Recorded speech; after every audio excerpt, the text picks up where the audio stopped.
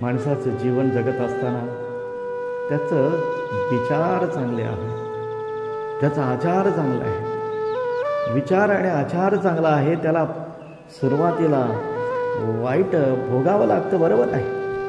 पण जेव्हा हे विचार परिपक्वतेने समाजापर्यंत ते पोचवले जातात तेव्हा त्याला एक प्रगल्भता निर्माण होते. ते विचार साधू संतांचे जीवन घडवून जातं. प्रत्येकाचा जीवनामध्ये एक वेगळं अलौकिकता प्राप्त होत असते.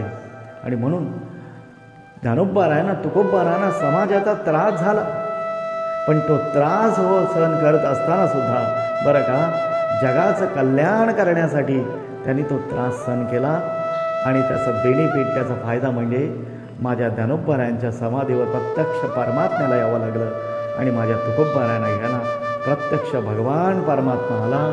म्हणून विचार आणि त्याद्वारे आचार ही आपल्या जीवनामध्ये स्वीकारावे, हेच आपल्याला साधू संत सांगतात. जय हरी.